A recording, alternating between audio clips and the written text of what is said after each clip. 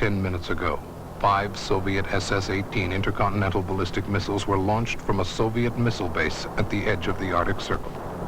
Whether the launch was intentional or accidental is not known. The President was alerted only moments ago and is believed to have put our strategic forces on alert. A civil defense spokesman has informed us that the missiles are on a trajectory towards the east coast of the United States. The probable targets are Washington and New York. NORAD is tracking the missiles, but there is nothing we can do to intercept them. Neither we nor the Soviets. The missiles will impact in less than 15 minutes. This simulation reveals a fatal flaw in America's strategic policy. We are vulnerable and unable to defend ourselves from nuclear attack. Ever since the Cuban Missile Crisis, we and the Soviets have been locked in an ever-escalating arms race that shows no sign of slowing and threatens our very existence. The Soviets are currently deploying their latest generation of intercontinental ballistic missiles and the deadly accurate SS-20. They build the new Typhoon-class nuclear submarine. We build the Ohio class. The Soviets update their bombers, deploying the Backfire and the Blackjack, while we test the B-1 and equip our B-52s with cruise missiles. The spiraling arms race maintains as the status quo a balance of terror. And though we and the Soviets regularly plead that we only seek peace, the buildup continues. This impotent policy is ironically called MAD, Mutual Assured Destruction. It presumes that neither superpower will launch a first strike, for if attacked, the other will retaliate with devastating force. Deterrence is not defense. Once a Soviet ICBM is launched, all the deterrence in the world won't prevent it from hitting its target. We can only retaliate.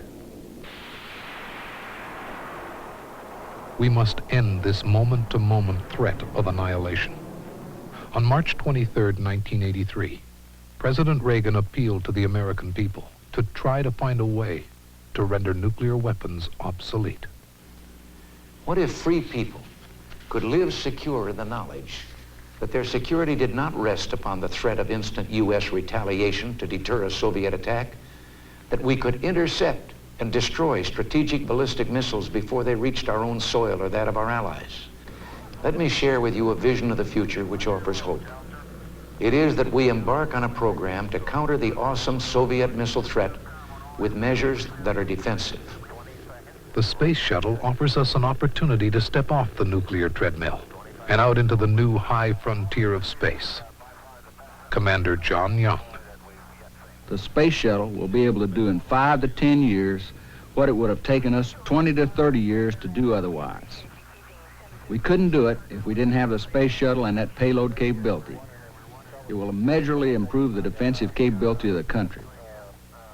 If we utilize the extraordinary capabilities of the space shuttle to deploy the system known as High Frontier, America, for the first time, will be able to defend herself against a Soviet missile attack. High Frontier consists of 3 elements: 2 levels of orbiting satellites and a ground-based missile defense.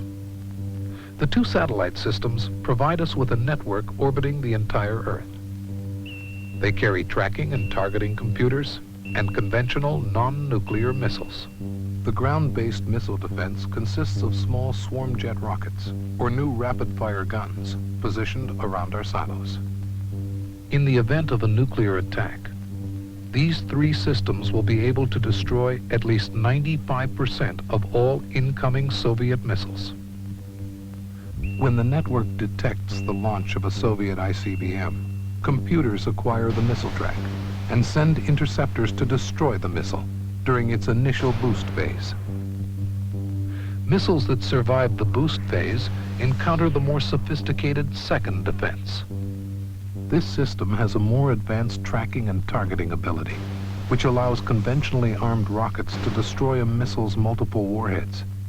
It could also use advanced technologies such as lasers to destroy multiple warheads as they coast through space. Finally, if any enemy warheads survive the space-borne systems, the ground-based missile defense fires a high-velocity salvo of small projectiles that destroy the warheads at a distance sufficient to protect our Minuteman silos. Since High Frontier so effectively reduces the threat of a Soviet first strike, we will have little need to continue amassing ever larger arsenals of nuclear weapons. If we put the same effort into deploying High Frontier as we did putting a man on the moon, High Frontier could be operational by the end of the decade.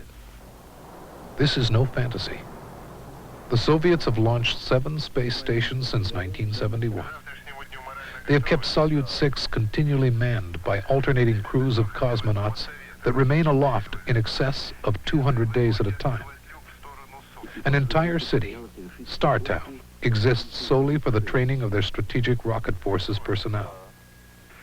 The Soviets launch 5 times as many rockets and place 10 times as much equipment into space as we do. Their commitment is clear, constant, and determined. Ours must be equally so. Space is the future.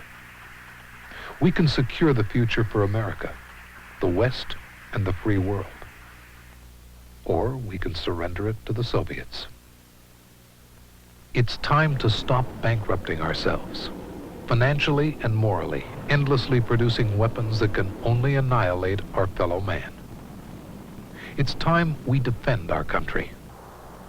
Under the mad doctrine of deterrence, we have no defense against nuclear attack. Under the High Frontier concept of assured survival, our defense is secure. Our choice is clear. We can assure our survival by seizing the High Frontier, or we can move inevitably towards the day of our mutual assured destruction.